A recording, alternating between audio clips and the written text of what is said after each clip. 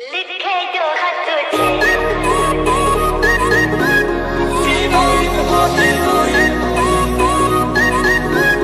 लिखे जो खत तुझे बादी पे कहिल बा ऐसन कढ़ाई कपड़ा के भीतर से बेटा दिखाई। लिखे जो खत तुझे वो तेरी याद में हजारों रंग के नजारे बने।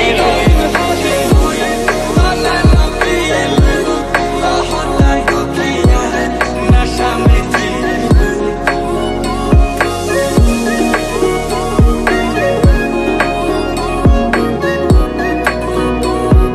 लिखे जो खत तुझे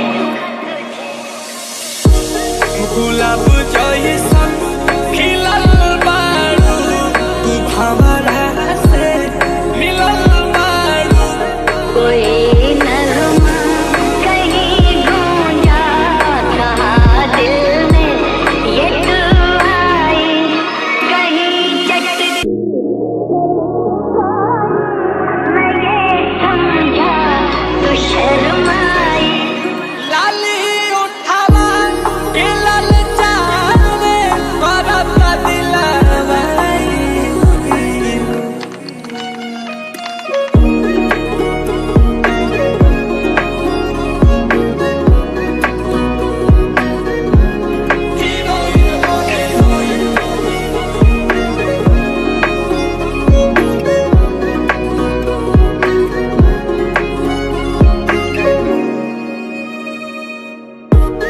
बनल में जहाज आज बाटे रात से अंगुरी लागे लुकाटे।